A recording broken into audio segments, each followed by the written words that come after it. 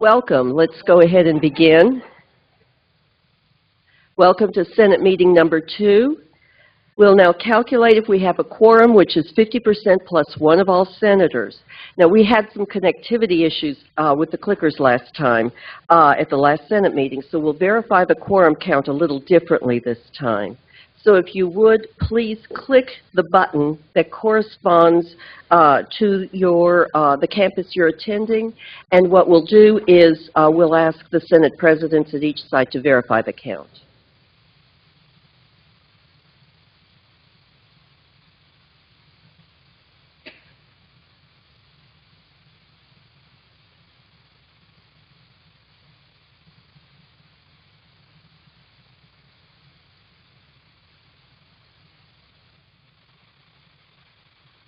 We still have a few people here in Tempe coming in.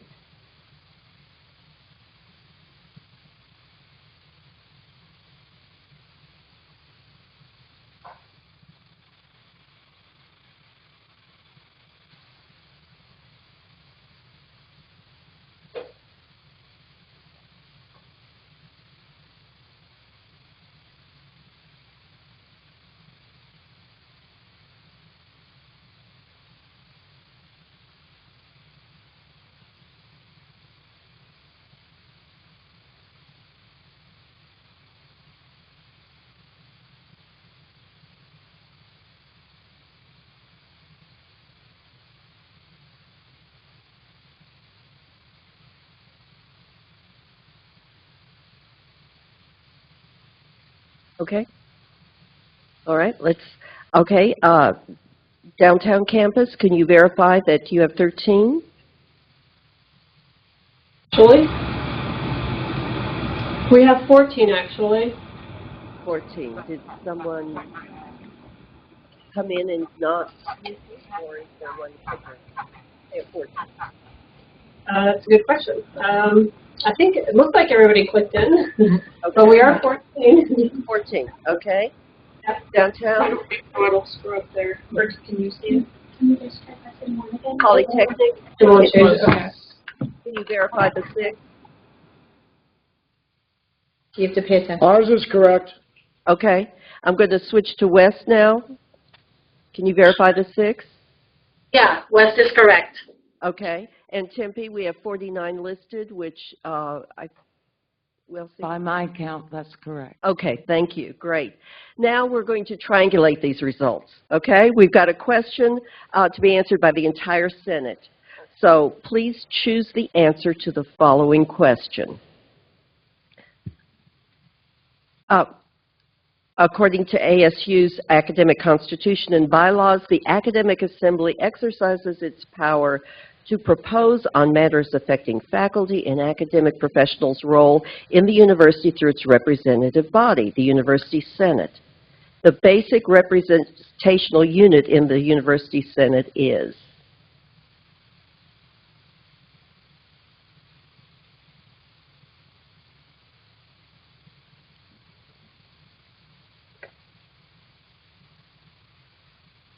You're debating. Have you read your Constitution lately?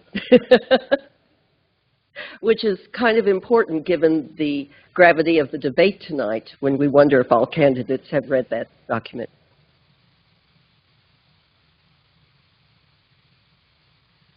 Okay, let's see. We have 72 responses. Is that the number we had earlier? Or do we give it a little more time?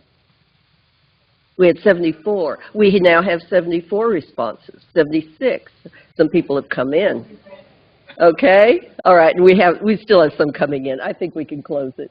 Okay, so let's see what people are saying. Correct, it's the degree granting unit is the unit of representation according to the Constitution. It has nothing to do at this point with the campuses, which is, now that we have, this is the 4th year and we're having Constitution and Bylaws revision, just keep that in mind. I would urge all senators to look at that lovely document and read it through. It really is an important document. It's certainly not an exciting novel to read, but it is very important because it does make sure that we follow what we're asked to do. And any changes to it that you would like to see, please make sure that you let the Constitution and Bylaws Revision Committee know about it. As a reminder, if we experience any technical issues, there will be a 10-minute recess. If we lose video-only connection, we will continue. If we lose audio connection and cannot restore it in 10 minutes, the meeting will be canceled. I'd like to remind the senators and speakers in Tempe that when speaking to use the microphone so you can be heard at the Downtown Polytechnic and West campuses, and we have a microphone right there in the center. We would appreciate it if senators at Downtown Polytechnic and West would mute their microphones unless speaking to the entire Senate, and all persons who are addressing the Senate from the floor should state their name prior to speaking so that it can be duly noted in the minutes.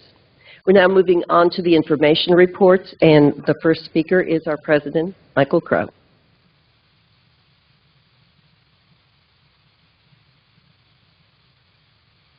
Thank you, and good afternoon, everyone.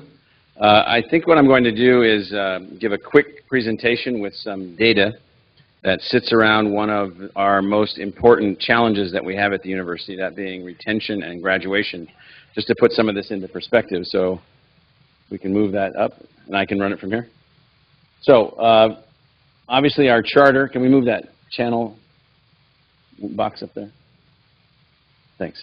Our charter should be no surprise to anyone. An institution based on inclusiveness and inclusion, and our definition of inclusion is all qualified students, with the qualification being basically what university qualifications were as defined in the 1940s and 50s, before diversity of the population accelerated and diversity of the universities greatly accelerated. I won't walk you through the whole charter, but you can't read this very closely, but we have done an outstanding job at greatly diversifying our undergraduate and graduate and total student body. 36.6% of our undergraduate student body are minority students, 44% of all of the incoming freshman class this year, 50% of all the freshmen coming in from Arizona itself are minority students, and the largest freshman class from Arizona ever, with 50% being minority students. That's larger than the minority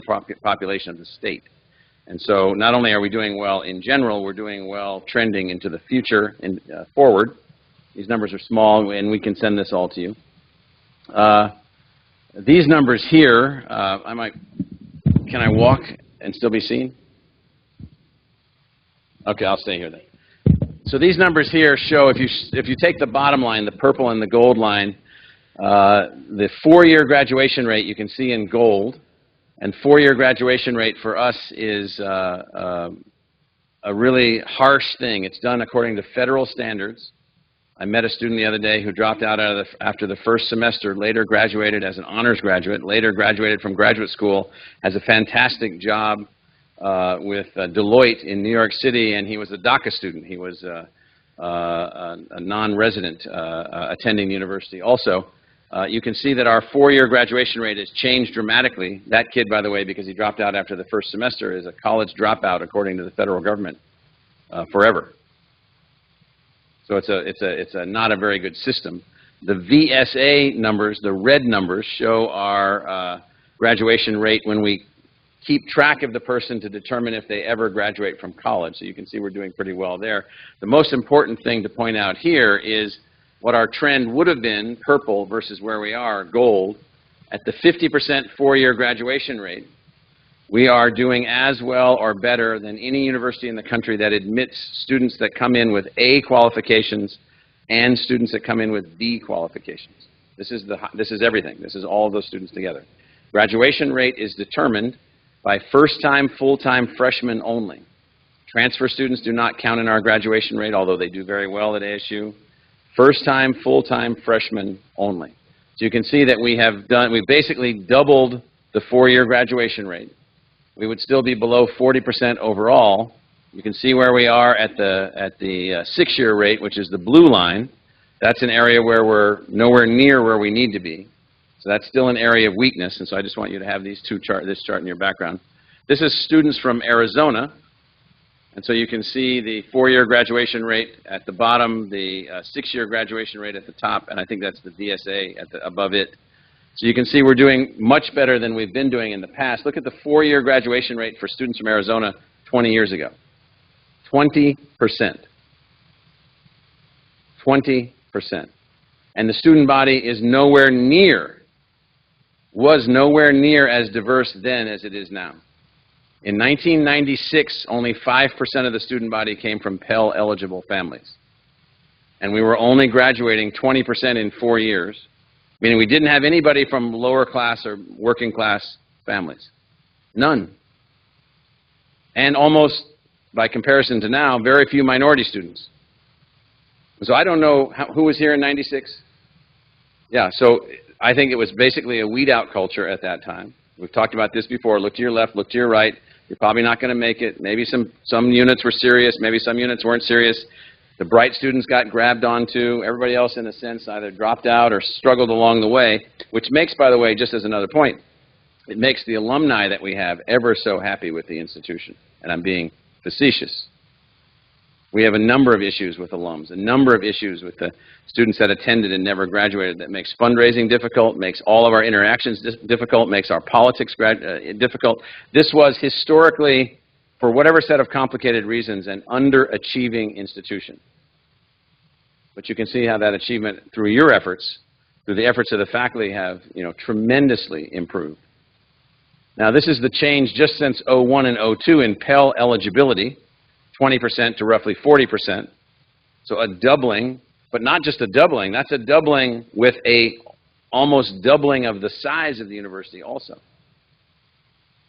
So not only are we more socioeconomically diverse than we were, we're larger than we were, we're outperforming where we were, we're performing on every level at the highest level of any institution of our type. We are the highest performing research university that admits on an egalitarian basis, operating in the United States today. But we are nowhere near where we need to be. There's a lot of data here, and the data isn't so much the details, it's the trending.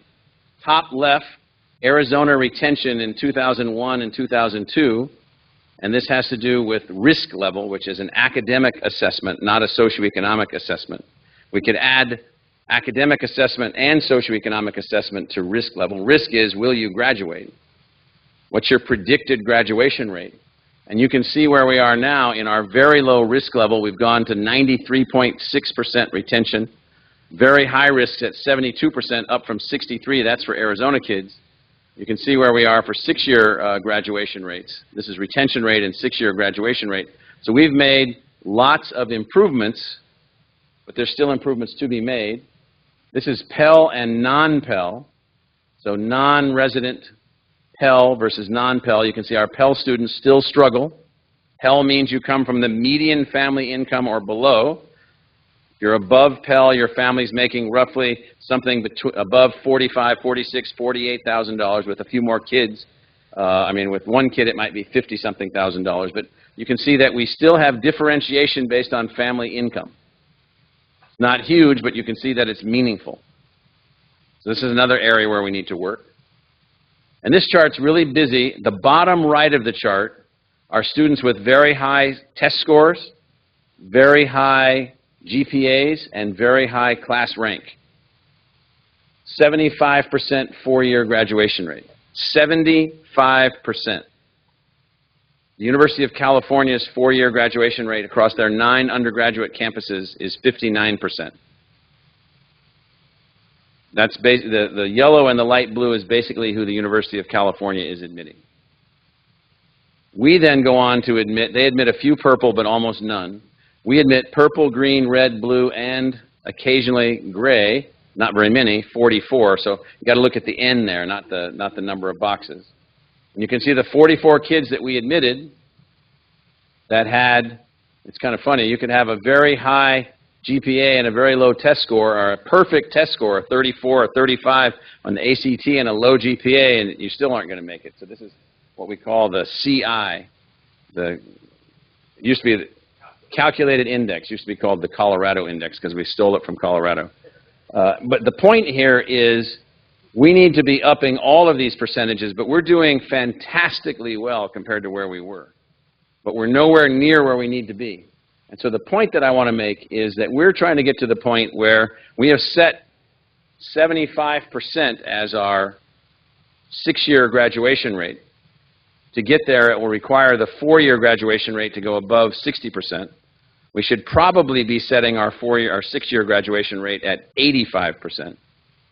The 2 provosts ago, Provost Phillips, she was opposed to that. So we compromised at 75. But Provost Searle and I are still debating it. The point I want to say to all of you is we have made unbelievable progress through the way the faculty has worked, through the introduction of technology, through enhancements in advising services, through enhancements in interaction, the way that schools and programs and initiatives have gotten engaged, and you can sort of see how we're doing, but we're not doing well enough.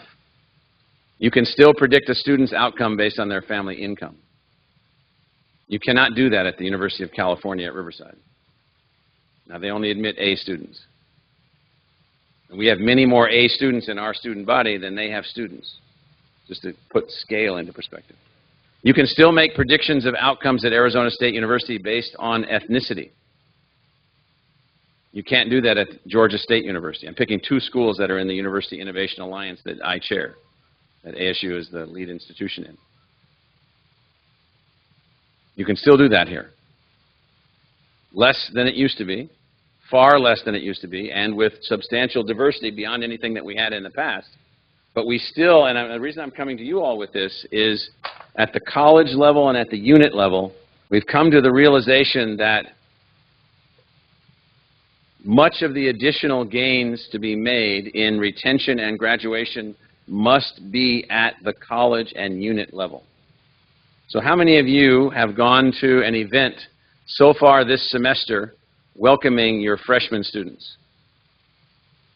How many of you have gone to some kind of a reception in the chairman or the director's office welcoming the freshman students? Some of you. How many of you have sat in faculty meetings and talked about your department's retention rate? Your department's graduation rate? How many of you have concern about your department's retention or graduation rate? A few of you. And so how, I'm really asking this, and really what I'm really asking for is a series of ideas that the provost and I can focus on. Is there's a number of things that we're doing. There's more things that we're going to be doing. We've got a math class, for instance, now that has 30 or 40,000 people in it. That is an active, adaptive learning math class that any student can take, and it helps them to master math by using adaptive learning platforms. Now, that's a powerful tool that we think will help our retention rate and help our graduation rate. And so we're building other classes like that. I don't know how many we've got, 6, 7, 8 classes that are, no, overall. So 6 to 8 of these classes, we think that'll, at the university level, greatly enhance retention and graduation. We've lost far too many kids in just a couple of classes who had every other ability to complete the institution's rigor, but had some difficulty in just a few classes. And we used to have faculty members that happily referred to these classes as killer classes. We're sort of past that. We've grown past that. But in addition to the things that we're doing at the university level, in addition to the partnerships that we're building at the university level, what can we do at the unit level, at the department, the school, the college? What other things should we be doing? What other things should we be helping to facilitate? What other resources should we be making available at the unit level so that retention can really be a really important thing? I will tell you that, Mark, did I send you that one student's note, the DACA student who, yeah. So he gave an unbelievable analysis of why he dropped out in his first semester. It was a page long. Bullet after bullet after bullet after bullet after bullet after bullet after bullet. And so we have found weaknesses that are seen by some students or felt by some students, but maybe not by another student. And so at an institution of our size, we have to be careful not to overgeneralize. We have to be focusing on the individual student. And so while everything is going well, record fundraising, record research, record graduation, record retention, record outcomes for the institution, unbelievable success for our graduates, #1 in the country in Fulbright Faculty Awards and Fulbright Student Awards when you combine them together. These are unbelievable achievements. We still fall down here. I'll give you an example of what it means. So the other day, I was up in Jackson Hole, Wyoming, raising money from rich people that hang out in Jackson Hole, Wyoming.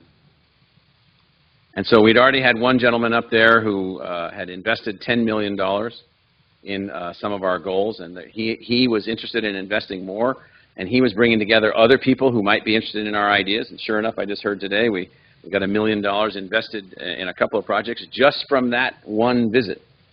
But while I'm there, a person from another college, West Coast Public Research Intensive University, one that we beat in football on Saturday. I don't think he's watching, but and so he was texting someone while I was talking. So he's down under the table. He was kind of texting, and he pops back up and he goes, "Well, Dr. Crow, this all sounds really impressive. ASU just sounds like really a fantastic institution. But tell me about your 6-year graduation rate." I'm like, well, it's a long story. And so, you know, we are doing fantastic things, and we have a different student body than that particular institution has, and purposely so. But we haven't cracked this yet. We haven't found the code. We've got a couple units. Journalism is one of the units that has got very high retention. We've got high university retention coming out of engineering, but not necessarily high retention in engineering itself. So their university retention rate has gone up dramatically, and their engineering retention rate has gone up also. We've got some other units not doing so well and other units that just completely fall off. And so the thing that makes this really easy for me is I put into mind every single every single student I spend time with. So I have undergraduate advisees. I talk to students constantly. I'm talking to students every single day of the week. I'll give you an example. So I'm walking the other day, and I see a woman standing next to me. She appears to be from a conservative Muslim family, and I just ask her, "How you doing?" "Well, not so good. Not so good." "What do you mean?" Well, she said, "Well, you know, we had a religious holiday that was normally held on September 11th, and all the imams in the United States decided, well, that would be a bad day for a celebratory event.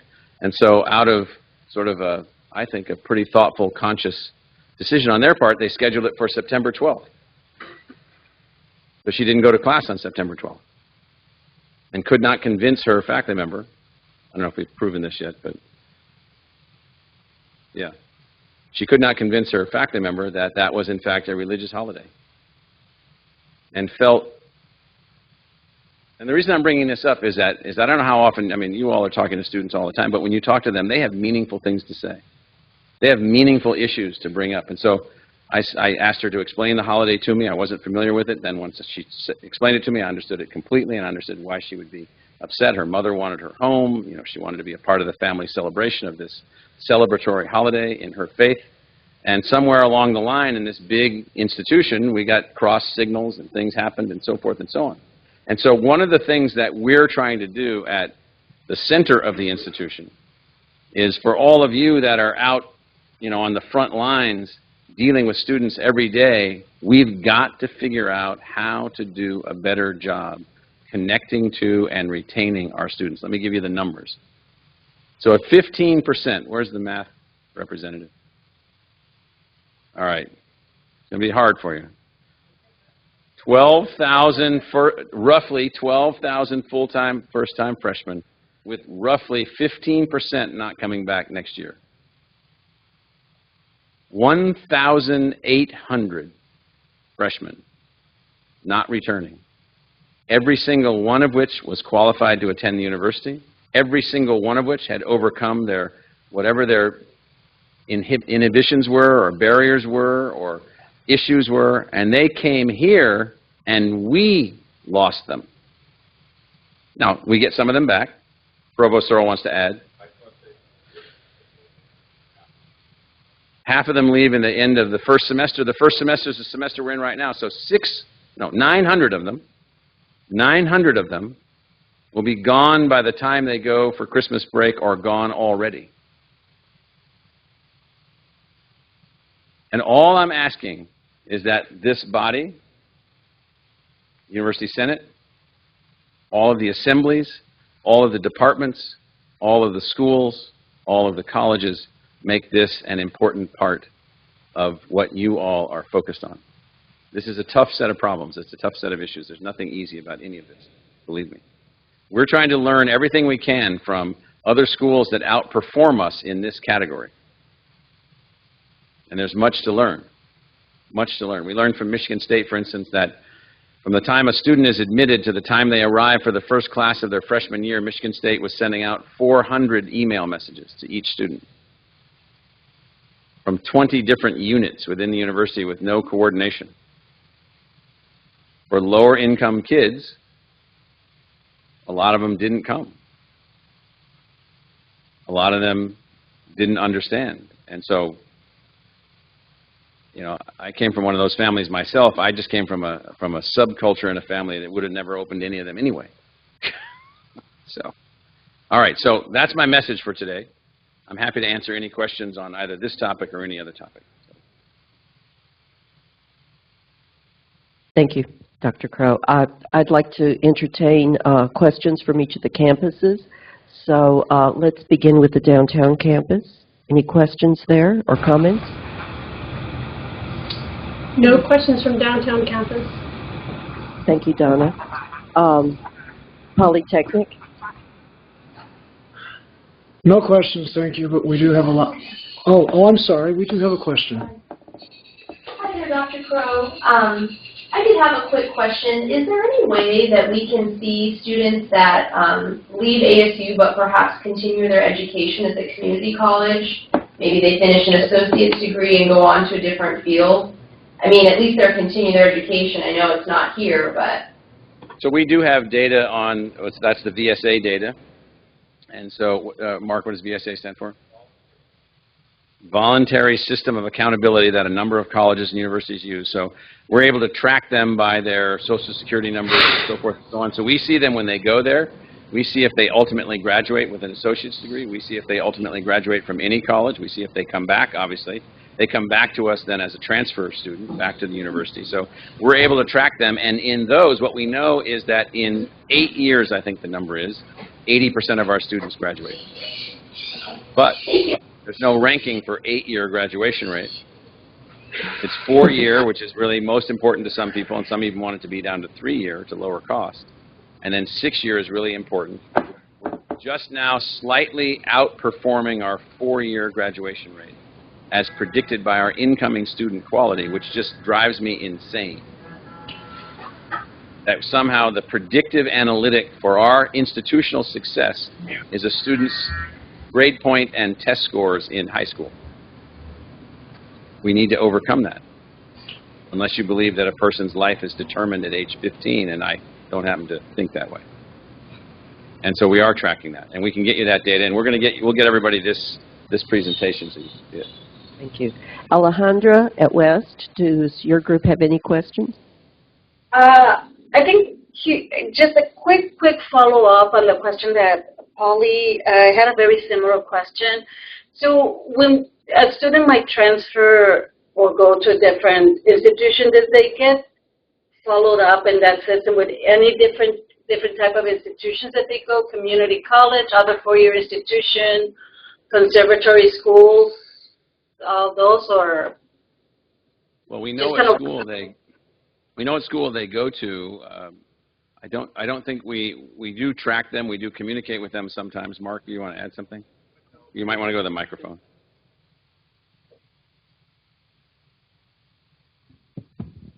The only school we really wouldn't know is if they go to a vocational type school, because we don't track those. Right. We track all accredited colleges and so forth, community colleges. So we do know that. Alejandra, anything else? No. Okay. Thanks. And here in Tempe, we have someone at the mic. Thank you. Please state your name. Dave Kaufman, Biomedical Informatics, That's kind of loud.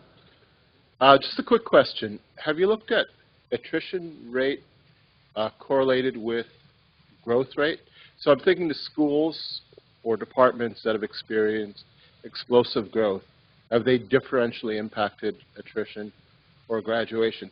Thinking of factors that could produce a sense of flux or instability in a But the reason that I department. picked engineering, it has the fastest growth rate in the institution. It has the most successful retention rate within the university, except for journalism right now. So in that case, growth and speed of change has worked apparently in the favor of retention.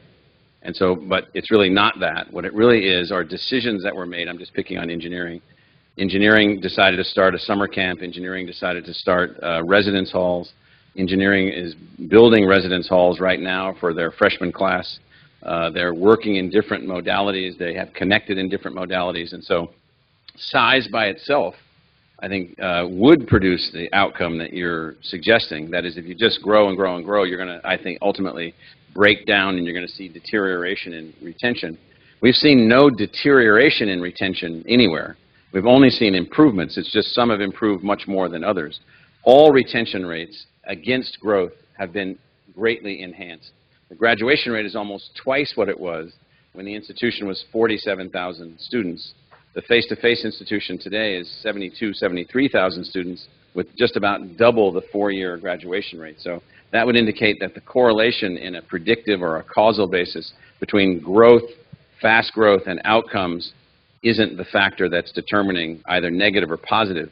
I think it's really change in culture, change in approach, change in tools, and so we don't think that's the issue.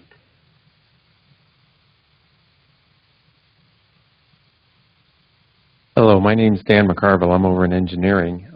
I appreciate this lecture. I find it, quite frankly, a bit encouraging as well as somewhat motivating on our improvement. But my question is I do a lot of online classes as well, and although I treat those students the same as our others, and I want to keep those numbers up as high as we can as well, but it seems to be a little bit of an unfair advantage when we compare ourselves to other universities that don't have an online program. It seems that our online students don't quite have the retention rate. Is that part of our metrics or our process? So all of these numbers are, retention is first-time, full-time freshmen. We have some first-time, full-time freshmen online, but I'm going to give you a general answer.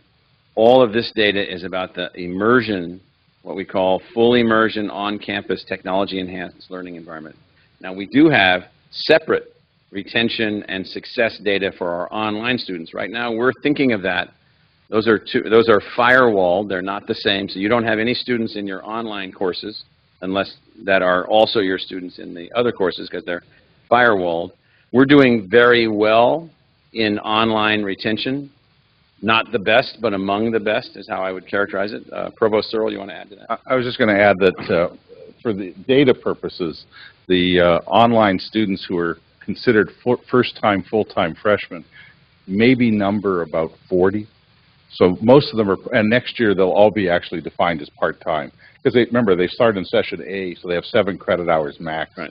So they're not even put in the calculus. So what we do want to do, though, is we want to be among the best also for our online retention and online graduation. We're just not going to count it as the same because nobody else is doing that. The other big online schools are Penn State, University of Maryland, USC for graduate students, and ASU. Those are the 4 big online educational service providers in the United States that are not the about to be seriously negatively impacted for-profit universities.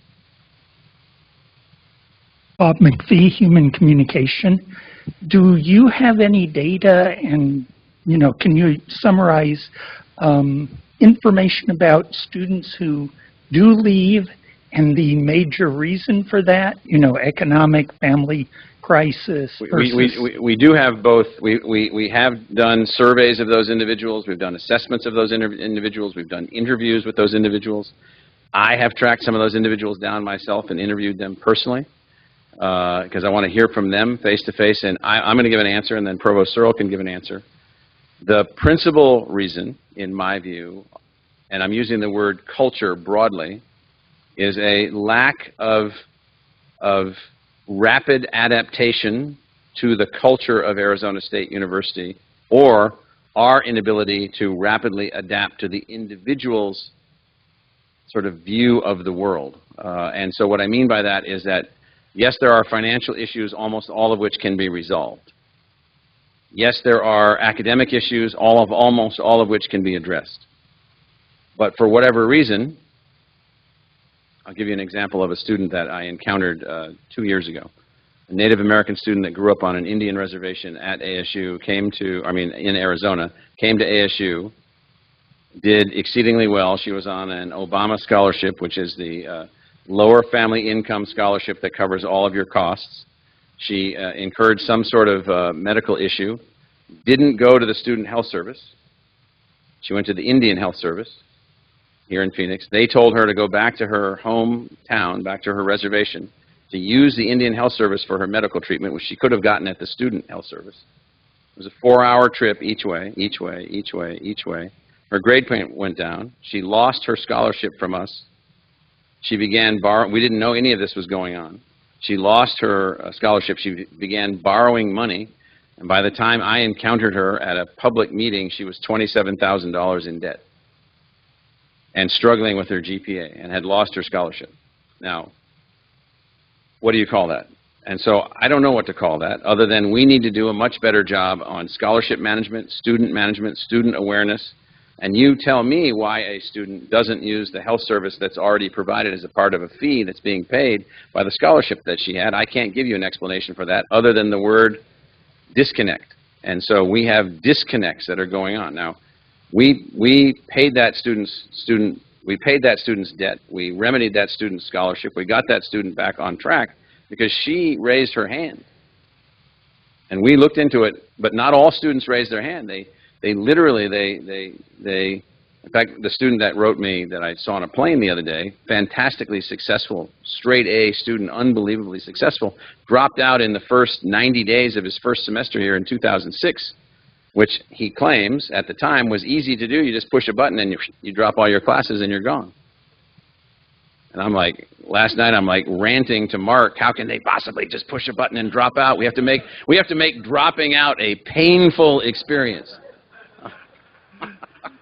Well, I'm really happy to have a chance to report this in public.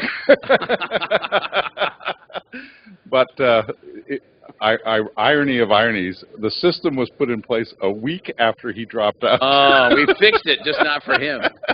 But every student now who does a complete withdrawal has to go through a face-to-face experience in their college to find out what's going on. Right. And the other thing that we're trying to do on some of the issues that the President's identifying is that we're introduced much more data analytics this year. You're all being asked for reports on your students in terms of anybody who's struggling so that we can intervene with those students early on. We also have been giving them tutorials using online mechanisms. One's called Get Set and one's called iGrad. One helps them with financial planning and one helps them with kind of career orientation and projection so that they're thinking in terms of goal orientation and those Plus we kinds of deployed things. Me3 to the student body, which is a game platform to plotting your course to your career and plotting your classes. And so these are all things that we've raised philanthropy for or built partnerships with, and they're all helping. But at the end of the day, none of these will be enough. At the end of the day, it's down to the unit. So we have something on the order of 150 academic units. And those 150 academic units have wide variability in their engagement on undergraduate student success. And we need all academic units. And like I said, if there's things that you all need that you don't have, and we're all ears. If there's resources that we need to put on the table or something else that we need to do or ideas about things that we need to do, it is the case that I don't know how many. I'll just give you another example. So I was walking down on the downtown campus 2 weeks ago, and I saw this kid. And he was very creative. He had blue hair, green hair, white hair. He had a whole range of rainbow colors in his hair. And I thought, that's nice. And then, no, I mean, very creative guy, working his way through things. And then, so I stopped him and talked to him because I could tell that he was upset. I don't know if we're working on this one also. But I'm just telling you that I stopped him and said, you seem like, are you okay? I said, are you okay? He doesn't know who I am. And so I said, are you okay? I work here. Are you okay? And then he told me, he said, He was from Alabama or Mississippi or somewhere. He had come here, and he had somehow his parents had gotten divorced, and they had canceled the checks or whatever that he was counting on. I don't know the whole story. And so he was leaving the dorms. Now, the stories sometimes get concocted, I'll tell you that. But nonetheless, there are all these kids that are here, and they're with us from every family background that you can possibly imagine. And sometimes somebody, the department, the faculty member, the graduate student, somebody's just got to talk to them. And I will guarantee you, every single time we hear about one of these cases, every single thing that we encounter, we work to resolve it immediately. And so departments should be doing the same thing. We're just going to pick up a few. We're not, there's just a few of us in the central administration. So we're out there doing whatever we're doing, but we're going to work to solve it. So I just want to, just as my last point, since I think we're done with questions, is just say that we're not going to get to the level of success for these 1,800 students that won't come back next year. We should be at a 90% plus retention rate. And we're just not there. We should be at a 90% plus retention rate, and I think departments and schools can help make that happen. So,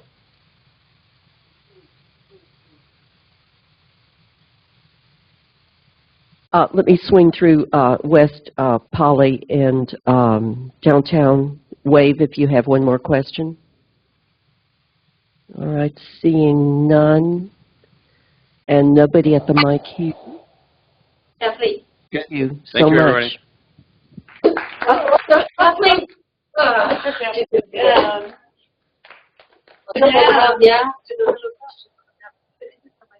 No, it was not. It's still Did on. we have a question at West? Yes, we did. Can you come back? Thank you. They couldn't find the remote. Okay. So yeah, is that so? Yeah. Yes. Is he there? Yeah. Well, how do I do that? Okay, we're on. The mic is on. Oh, I wanted to ask, to what do we attribute the increased retention rates? So that What's draft? we attribute the increased retention rates that we've experienced so far to greatly enhanced academic advising, both face-to-face and computationally based. We attribute it to specific colleges that have launched programs of direct engagement with freshmen. For instance, journalism has a program where if you want to have meals with students, you're reimbursed for those meals, things like that. So there's more interaction with the faculty, more connectivity. That's a small thing, but that's an example of something that they did in journalism, which we very much supported. There were also a lot of attention placed on the killer courses, the courses that unnecessarily, so half the students that take some entry-level course in psychology do not master the course. Therefore, they do not do well when they go on to the next program because they just haven't done well in that course. The same with math, the same with chemistry, same with economics. There's these courses that a lot of students struggle with, so we've put a lot of attention on those courses. I think that we have been able with students to now, the student body itself has evolved where they are unbelievable advocates for the institution. They are taxing themselves and building rec centers and building this and building that and participating and engaging in student clubs and student groups, and all of those things are enhancements or contribute to, we greatly expanded the number of students living on campus. So we went from 6,000 or 7,000 a few years ago to just at 15,000 now, and we're on our way to 20,000 students living on campus. The students that live on campus for their freshman year tend to do better in terms of retention because they're in a community of learners and so forth. Mark, you want to add? I was just going to add that every program developed critical tracking for their degree program, so that as soon as a student falls off that critical tracking path, we know, and then we have an intervention so that they don't get behind and they actually have to remedy that, or we have to counsel them to a different major if that's the, if that's the issue, that they're not going to get through calculus or whatever it might be. So those are just along the other additions that the President talked about. That's another very important piece. The key to this in retention is getting early to the student. And the more faculty interaction that students have outside the classroom, we know that's also very influential in affecting their success. Okay. All right, thank you.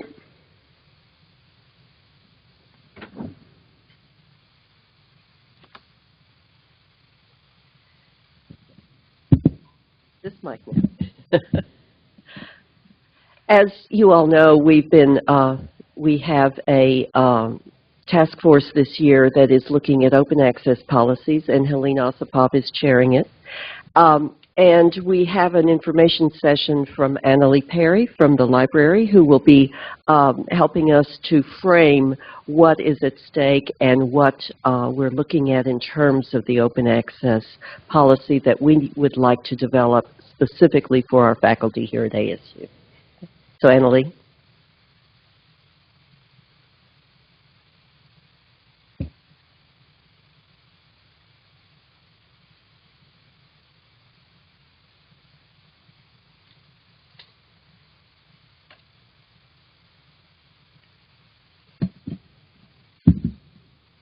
Hi, everyone. Just in case, I guess Kathy has explained a little bit about why I'm here today. I am your scholarly communication librarian, which means that I specialize in the communities, methods, and policies that we use to disseminate the information we generate in the advancement of knowledge. This includes scholarly publishing, copyright, and open access issues. I was invited by Kathy to speak to you today to provide more information about open access in general and open access policies in particular. So why are we talking about an open access policy? I'm very fortunate to follow Dr. Crow, who set this up already for me a little bit by presenting our charter. Our charter states that ASU is defined not by whom we exclude, but by who we include. We take pride in the fact that at ASU, it doesn't matter who your parents are or where you're from or how much money you make. As long as you have a genuine desire to learn and the motivation to work, you'll be welcome here. And I think the numbers he showed today demonstrate they were doing a really great job at that. And this applies specifically to our instructional mission. But the Senate leadership now believes that it's time to consider extending it to the research we produce and the knowledge that we create. The current model of communicating our research, primarily through the publication of articles in journals, presents a significant barrier to accessing our research.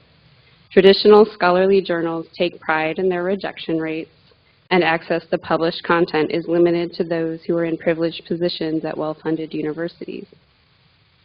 In effect, the majority of the conversations regarding the advancement of knowledge taking place in our research communities is happening behind locked doors where only a few have the key. And it's easy to take our position for granted and assume that everyone who needs to will be able to access our work until we consider for a moment our own experiences. I'm not going to make everybody do the clickers, but raise your hand if at least one time you've had to beg, borrow, or steal a copy of an article that you needed for your own work.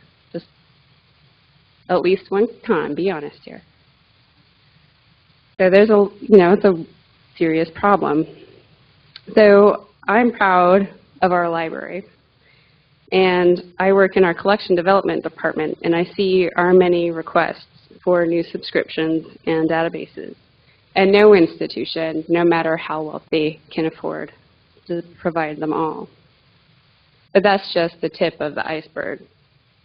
How many times have you skipped over a promising article because you didn't have immediate access and just kept looking in the hopes of finding something else?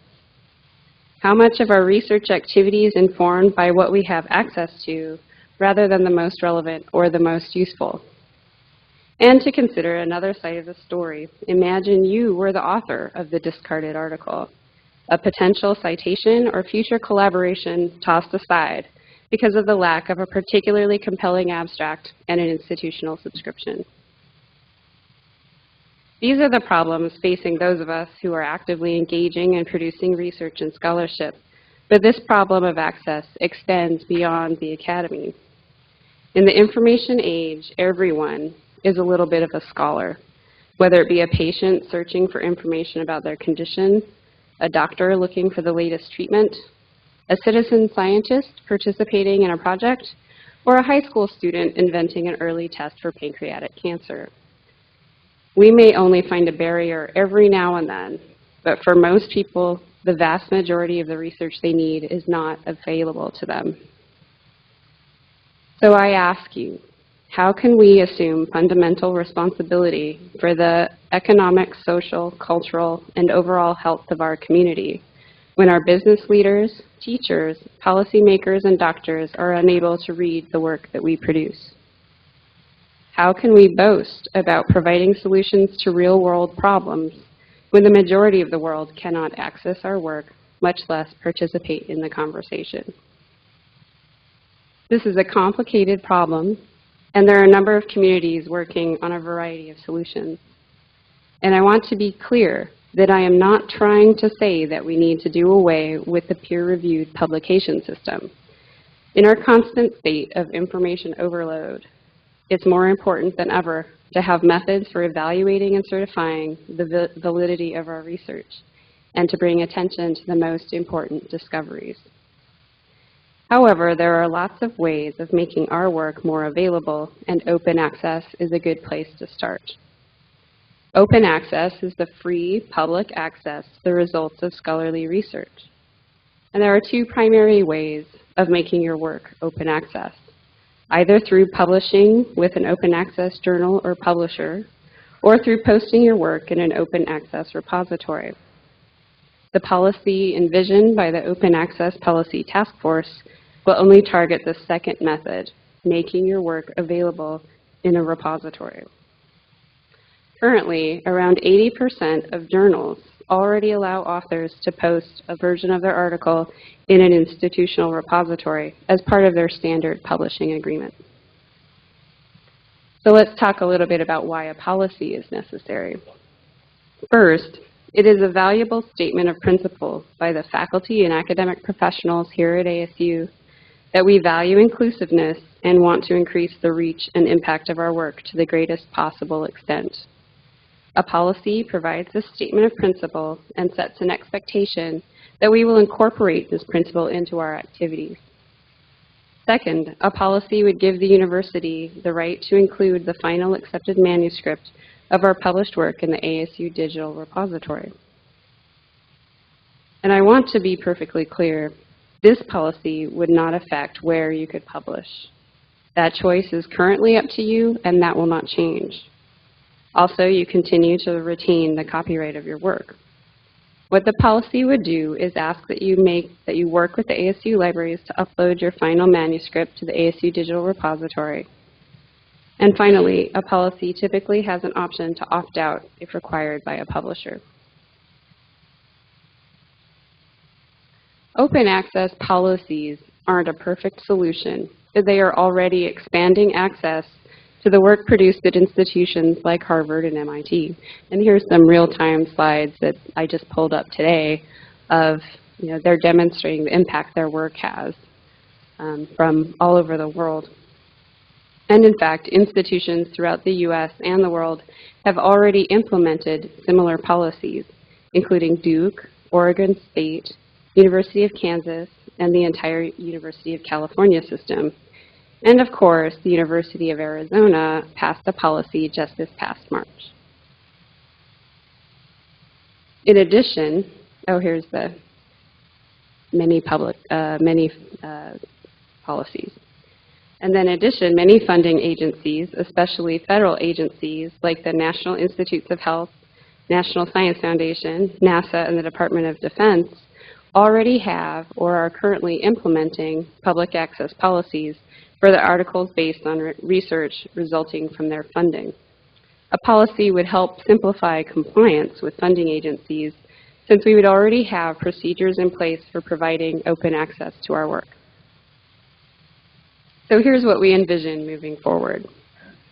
The Senate Open Access Policy Task Force will draft a policy based on successful policies already in place at other institutions. We have created this web page with information about who's on the task force, as well as some resources, examples of other policies, and frequently asked questions. We intend to be open about the process and will provide more information and opportunities for feedback and building consensus. It is our goal to present a policy to the Senate for consideration and a vote this academic year. So do I have any questions right now? Chuck, can you let me see the screens for the other campuses, please? Again, I'd like to go with the remote sites first. So Polytechnic, do you have any questions, Keith or Igor? Yes. Yeah, I have a question regarding the charge for setting up this repository. How it will be assessed and who will be paying it? The actual researchers or the units or the university? So to answer your first question about how it will be assessed, this is a question that the task force will have to decide. We haven't, I'm ex officio on the task force. We have not yet started drafting or coming up with an implementation yet, so that will still be decided. With respect to who will be paying for it, this again is regarding self-archiving a version of your work that is in compliance with publisher policies. It wouldn't affect where you can publish or require making the final published work open access in the journal itself. So there's really no cost aside from the infrastructure that the libraries would be providing. Polytechnic, do you have any other questions? No, thank you. Okay. Let's move on to downtown. Donna Cataldo. We don't have any questions from the downtown Phoenix campus. Okay, thank you. West Campus, Alejandra. We don't have any questions from West. Okay. Thanks. Thank you. We have someone here at the mic at Tempe. Please state your name. Reed Cartwright, School of Life Sciences. I'm curious, who's going to put the effort in to do this archiving? Because we're already pretty much swamped with all the things we have to do as faculty. And if I'm already putting my stuff on bioRxiv, then there's another thing that I'm being asked to do. Will you have staff that'll just go out and fetch my stuff so I don't have to worry about it? That's a good question. The libraries are committed to trying to make this implement and making something as seamless as possible for faculty. If you're already putting your stuff in bioRxiv, it may be that we can work out a way to do a dual deposit or to harvest it from bioRxiv ourselves.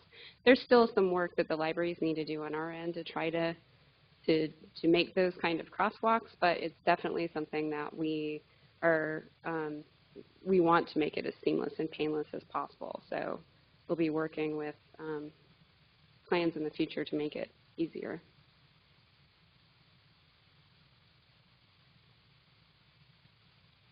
Hello, I'm Dan McCarville again over in engineering, and my question is master's thesis and dissertations, will they automatically be put into this system, or do the students have the option to opt out as well for those documents? So there's two answers to your question. Number one is that, so all master's, theses, and PhD dissertations that go through graduate education are already currently being loaded to the ASU Digital Repository.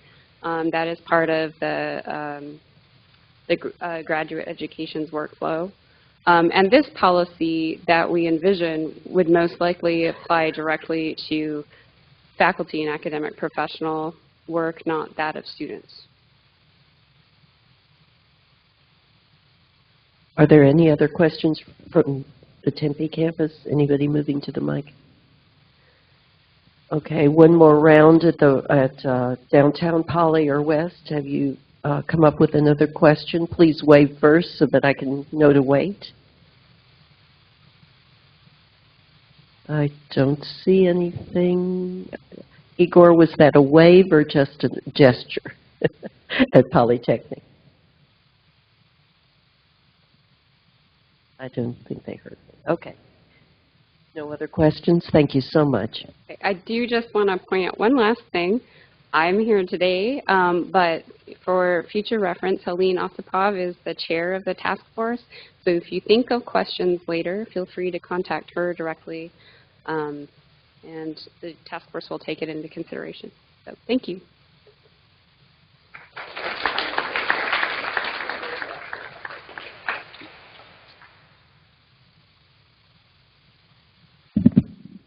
I'm not as tall as some of these people are. Okay, the next item on the agenda is the chair's report, and it's primarily a report of the Arizona Board of Regents, which we just attended.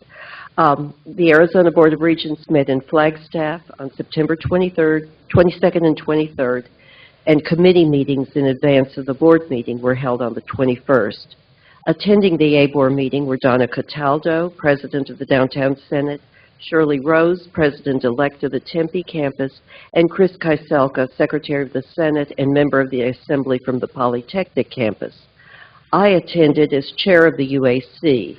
This year, I also serve as chair of the Arizona Faculty's Council, or AFC, which represents the presidential lines from the three universities and is a liaison position between the university's academic assemblies and ABOR.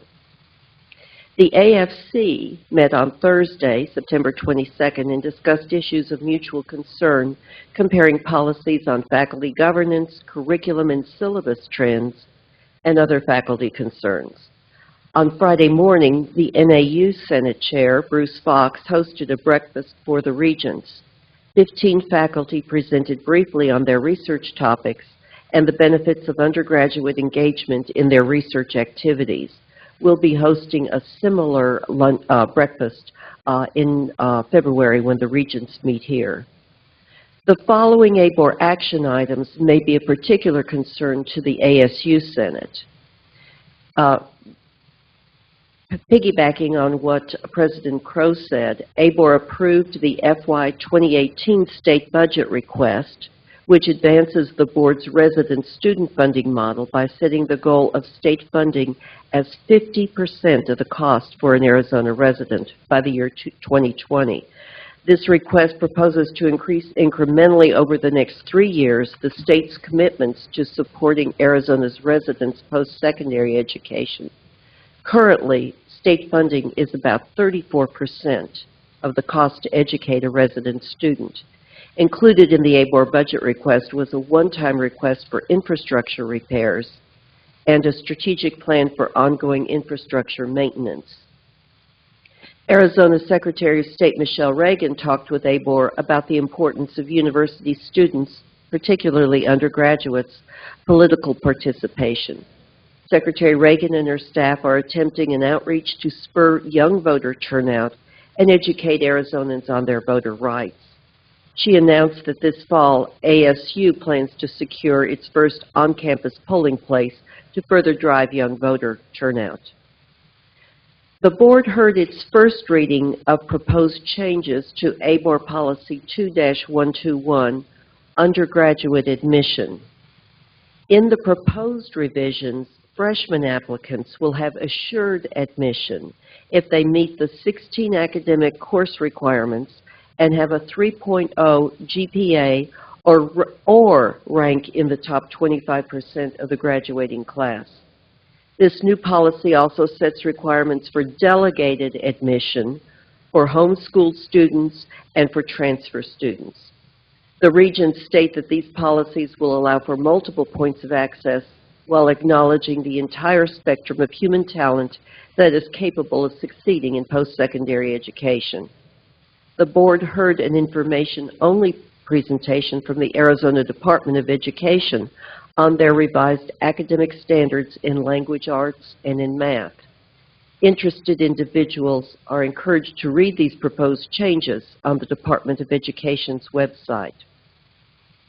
In other action, ABOR approved an addendum to ASU's 2016-2017 Academic Strategic Plan to establish the School of Civic and Economic Thought and Leadership within the College of Liberal Arts and Sciences in Tempe, and proposed degree programs of a Bachelor of Science and a Bachelor of Arts in Civic and Economic Thought and Leadership.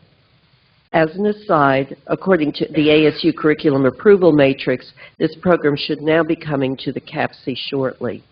Look for the courses within this program to follow the process for Senate approval within the near future.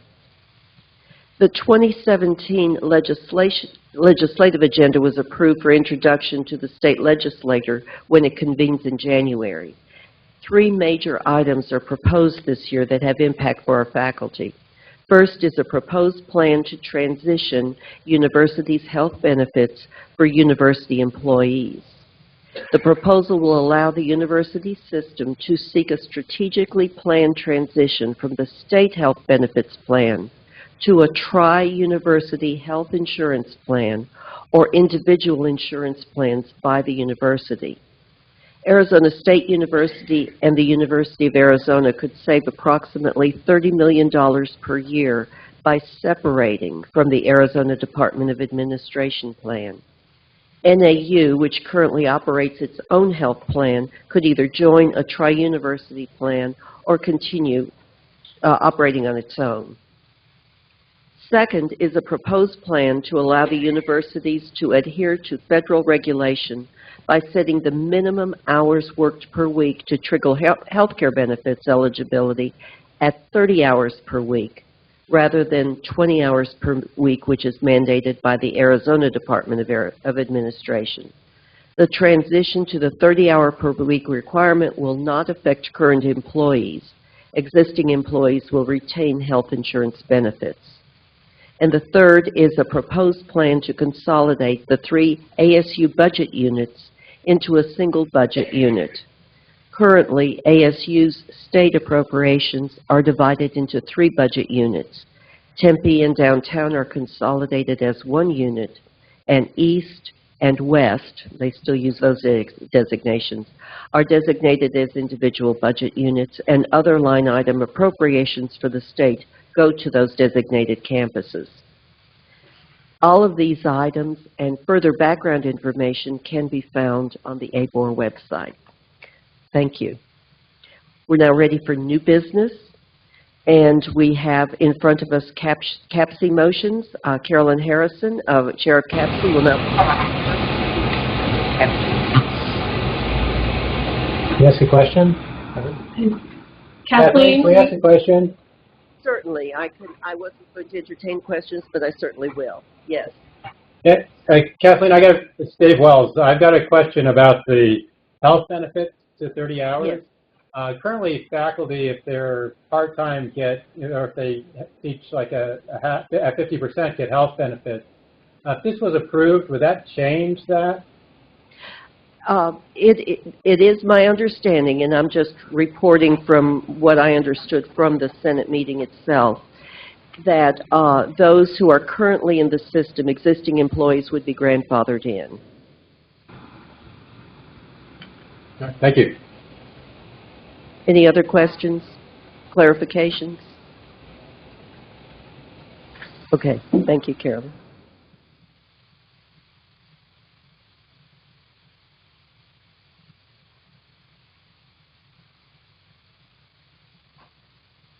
As a reminder, the CAPC motions listed under new business will be brought before the committee on Thursday, and then they will be, those that pass that committee will have a second read at the next Senate meeting on October 31st. If you have any questions or comments on any of these new business, please let me know, preferably before Thursday morning, before our CAPC meeting, but certainly no later than the second read. The items listed in the Appendix A will only be discussed at CAPC and approved at CAPC. They will not be coming back to the Senate. So if you have any concerns on those, please get them to me no later than Thursday morning. So the new business, the CAPC motions coming before the committee on Thursday are a request from the New College of Interdisciplinary Arts and Sciences, the School of Mathematical and Natural Sciences, for the establishment of an undergraduate degree, BS in Pharmacology and Toxicology. A request from the New College of Interdisciplinary Arts and Sciences, the School of Mathematical and Natural Sciences, for the establishment of an undergraduate degree in Biomedical Research. A request from the New College of Interdisciplinary Arts and Sciences, the School of Social and Behavioral Sciences, for the establishment of an undergraduate certificate in Applied Social Sciences. A request from the New College of Interdisciplinary Arts and Sciences, School of Social and Behavioral Sciences, for the establishment of an undergraduate certificate in Power and Society. A request from the New College of Interdisciplinary Arts and Sciences, the School of Social and Behavioral Sciences, for the establishment of an undergraduate certificate, Diversity and Equity Studies, and a request from the School of Sustainability for the establishment of a graduate degree, PhD in Sustainable Energy.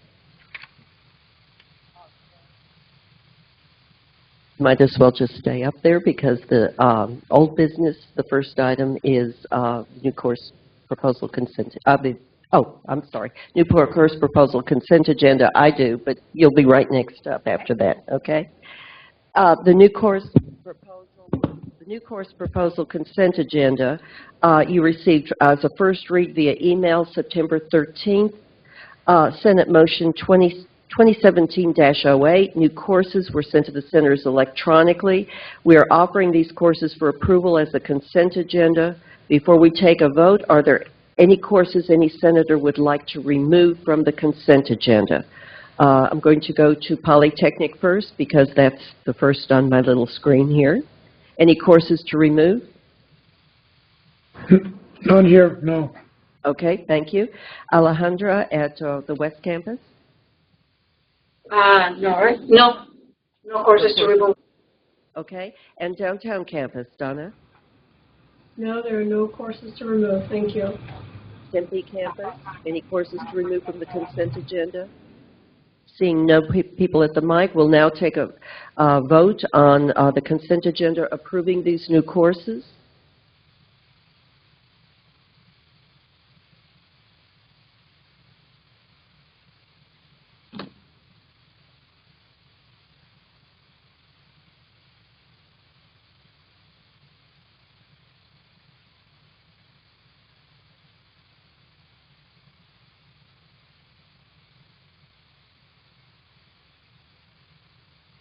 We seem to be hung up at 50. Do you think that's attrition, or No. or do you I think we've there's got an issue? probably a problem.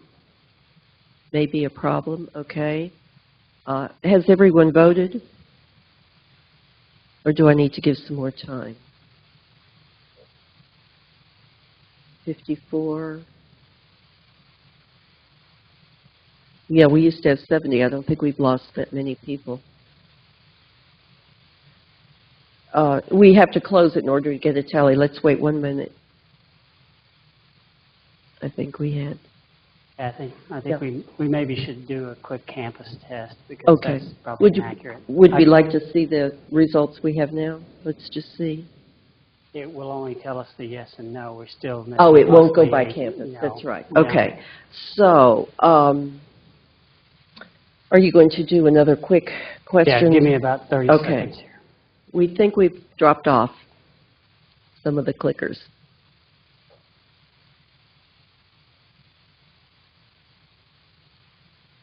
And I think we're going to do a hand count at Poly West and Downtown, and we'll try a clicker count here. Is that correct?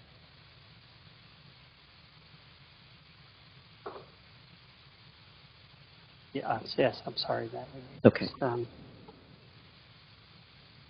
Chris, get ready. Sorry. That says click your campus. Sorry. Okay, so we're going to check to see where the problem is? Okay. Yes. Okay.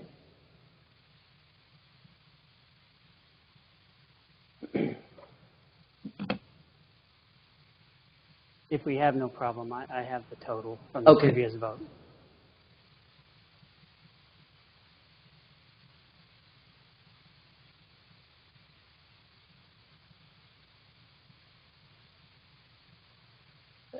Seems to be hanging up at 52. Okay, it looks like, yeah. I would recommend, we had 48 yes, so which probably all 10. So we can. Okay, so we had 48 West, so that was probably the 10. No, we don't know. West and Poly. So we'll, Yeah. hand vote from everyone except for Tempe. Okay. Yeah. Okay, so West, Poly, and Downtown, if you could take a hand vote off screen. And then we'll do, I'll come this to you is and you for can... Tempe only. Okay. Tempe only on the screen. Okay. Tempe only on the screen. Vote again.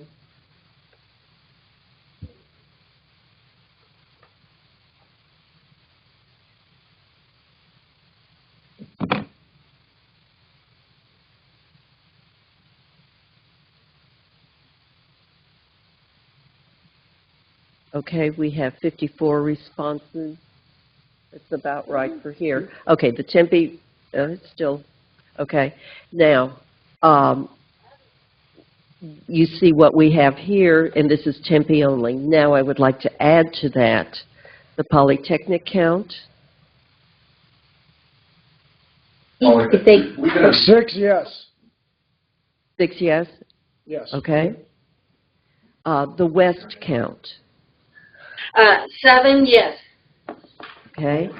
And the Downtown count. We have 16 yes.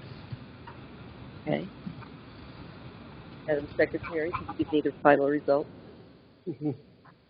No? Can you add them up? Chuck? 63? Okay. It passed. Okay. Thank you. Looks like we'll have to do the next thing, too.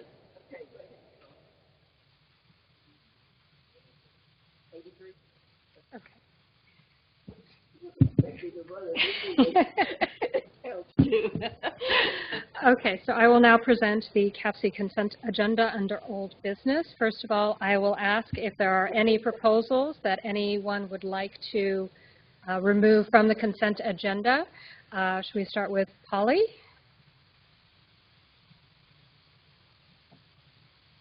Nothing to be removed? Okay. Yeah, Wes, nothing to are there any remove. I'm sorry?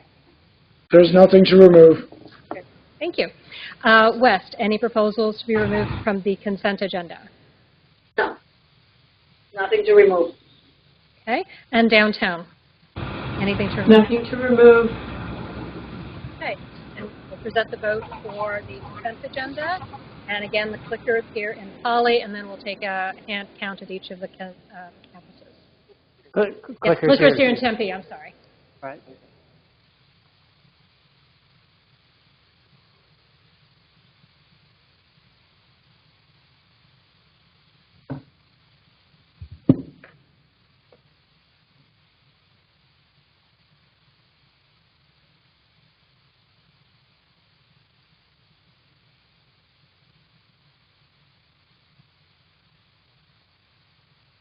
Okay, it seems to have slowed down, so.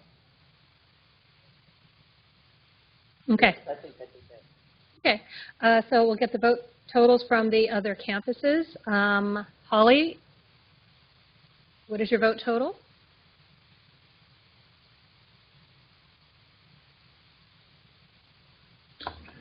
We have 6 yes here.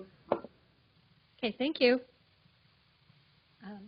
West, what is your vote total? We have 6 yes here. One person just walked out of the room. So 6 yes. Because we can call that an abstain. Okay. And Downtown? We have 16 yes here. Thank you. And here in Tempe, we have 61 yes, 1 no, and 3 abstain. Again, I'm not a math person either. 83 yeses. So the consent agenda passes. Thank you. The power of modern technology. It works for a while. I don't know why it dropped off. Me neither. Okay. We're now ready for committee reports. I know this is early in the year, but each committee chair is just going to give a short description of the work outline for this academic year. And the first one is Helene Osipov for the Open Access Task Force.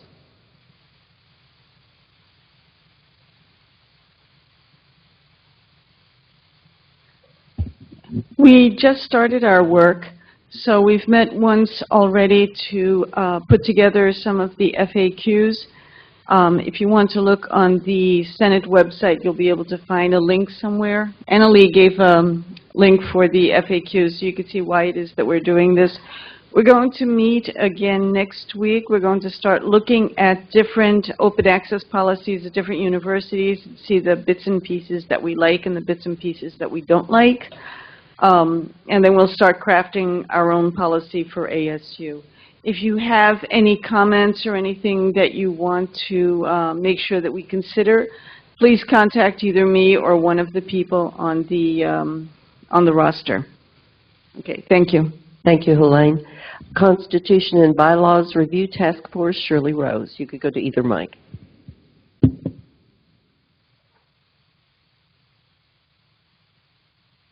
The Constitution and Bylaws Task Force is charged with the periodic, every 4 years, review of our governance guidelines. Our charge is to evaluate the current effectiveness of our governance system, both in the mechanism of the makeup and the operational components outlined in the Constitution. Our first meeting will be October 4th, and the expectation is that we will complete our work by the beginning of March. If there are any issues that you would particularly like our committee to address, please let me know. Thank you. Mike Mokwa, Personnel Committee. The Personnel Committee largely works in an advisory capacity, although there is some policy formulation ability of the group. But mostly what we do is we study and advise the Provost and President's Office on issues related to faculty, including non-tenure track faculty and all administrative professionals. A major issue that is a carryover issue from last year is that we are reviewing non-tenure track faculty career and promotion pathways. And we did quite a bit of work on that last year. We hope to go ahead and come forth with some proposals this year.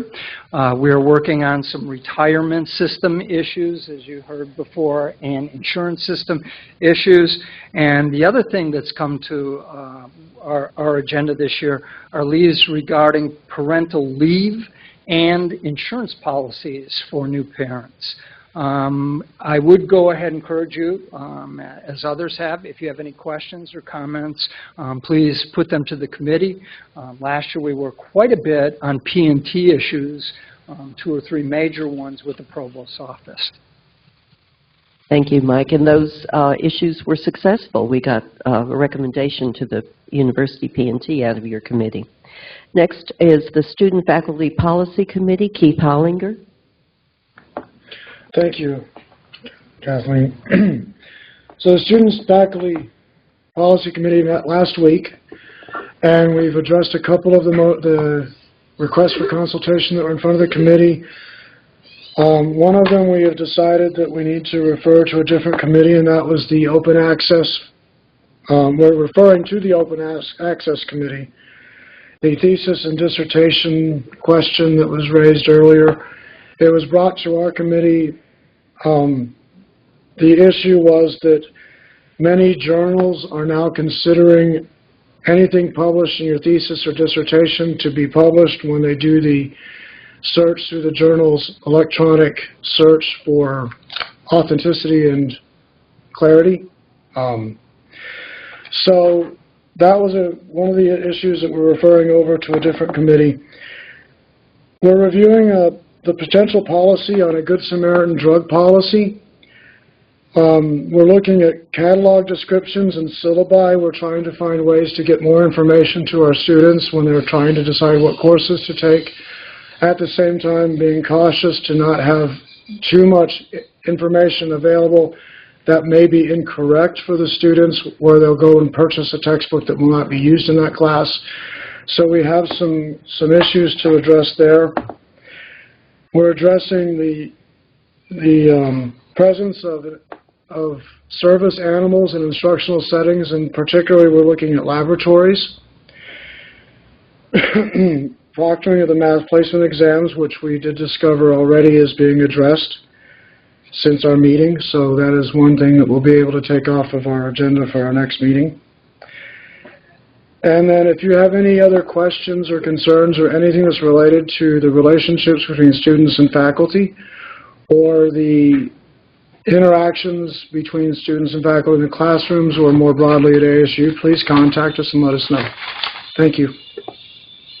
Thank you, Keith. That looks like a large agenda for this year. University Services and Facilities, Becky Ladd. Thank you. Nice to meet everybody. I want to thank Chris for putting such a great committee together for me. I got to meet them all last Monday as we put together a plan for the academic year. As some of you may remember, we did a survey last year. The USFC conducted a university-wide survey that went out to everyone, and we put all those findings together into our final year report. And so the committee this year is getting together to review those findings in greater detail and to take into consideration all the recommendations and make a plan about how to follow up with the faculty to kind of, so each issue that was identified will probably come back and be reporting to you on a monthly basis how it's going to be handled and what we're going to do next. So stay tuned. Thank you, Becky. Next is Committee on Committees, Chris Kieselka. The Committee on Committees is focused on faculty engagement with opportunities served. We do this through a variety of appointments to councils and committees. Specifically, the work of the committee involves staffing the University Senate standing committees as well as recruiting candidates for the Academic Assembly elections, and we also facilitate the Academic Assembly elections, and we recruit members for the Provost roster, boards, committees, and councils. We are a small committee, 7 members from each of the campuses, and actually there are a couple of vacancies on the Committee on Committees as well as the Personnel Committee. These vacancies can only be filled by senators, so if you're interested, please see me or speak with Kathleen Puckett, and hopefully we can get those filled shortly. Our committee hasn't met at this time, but we will meet in October, and we'll be discussing the spring Academic Assembly elections. Thank you, Chris. Next is Research and Creative Activities Committee, Greg Stone. Hi. We met for the first time last week, and we have a few items so far on our agenda. Some of you may recall that last spring, the RCA was converted from a joint OCAD Senate committee to a Senate standing committee. And right now we're working with OCAD, making changes that are necessary in the relevant manuals, RCA and the RSP manual. Also, the spring of 2015, there was a Senate motion asking for language in the ACD relating to laboratory safety. That went to the provost, who rejected it, but stated that it was well-intentioned, and we're thinking about ways we would follow up on that and perhaps address the concerns more successfully. We were also talked quite a bit about concerns with the need for better high-performance computing at ASU, with the increase of emphasis now on big data and research. We felt that it's very important that ASU really start to address the need. We have some capability for high-performance computing, but it's really not, in our opinion, adequate. Finally, we feel that the Open Access Task Force is probably going to touch on issues that relate to research and other creative activities, and so I'm representing the committee on the task force, and we'll try to keep abreast of anything that might be relevant for us. Of course, always, if there's any consultations anyone would like or would like our help with anything, just please let me know. Thank you very much. Is Devaney Lucer here with the library liaison, or is she at any of the other sites? Okay. Library Liaison Committee, you see the individuals there who are on that committee, and I'm sure she will give us a report a little bit later on as to what their work is outlined for the year. We're next ready for open forum. Are there any questions or concerns or comments from each of the campuses? And I'll go ahead and start downtown. You seem to be on my left screen first. Donna Cataldo, anything for open forum at your place? Yeah, it doesn't appear that we have any questions. Okay. Polytechnic campus, anything for open forum? Nothing here. Thank you. And West, Alejandra, anything for open forum? No, this time, nothing from here. I'm Thanks for nothing. Okay. They had something last time. Okay, we have someone coming to the mic here in Tempe. Please state your name. Bob McPhee, Human Communication.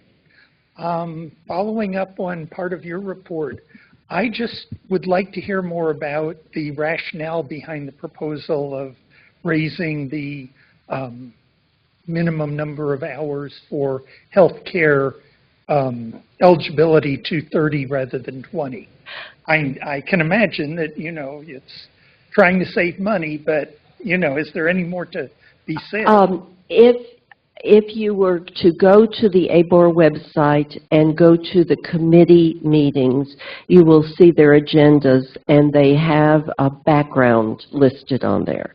And in this particular case, the only background that they had listed was that the federal regulations were 30 hours, and the Arizona regulations were 20. There was some discussion about it, but they were very careful how they stated their discussion in terms of the saving of money. It was more that the regulations were just all over the place and that they wanted to bring it in line with feds. This is before the legislature, though, so if you have any concerns about it, please go to their website and find the agenda for that. It's the Legislative Affairs Committee, and it is not something ABOR approved them going forward to the Arizona Senate or the legislature on it, Senate and Representatives, and that's where the lobbying pro or con should take place. In other words, don't shoot the messenger. Are there any other questions?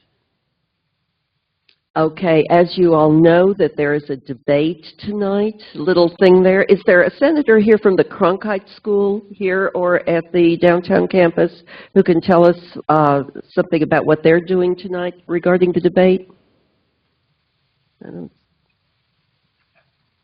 Poli-sci students are going to be, not Cronkite, but my poli-sci students will be in Cronkite 121, also watching the debate. But they're going to have a forum up in the First Amendment forum related to journalistic practices, and they'll be quite diplomatic, I think. I'm not going to censor my students in 121, so we'll see what happens. If we had had something controversial on the agenda today, we would have probably had to have a Senate watch party for that, but I guess we'll not. That said, for the good of the order, nobody's waving at me, so I will entertain a motion to adjourn. Okay, all in favor? Adjourn.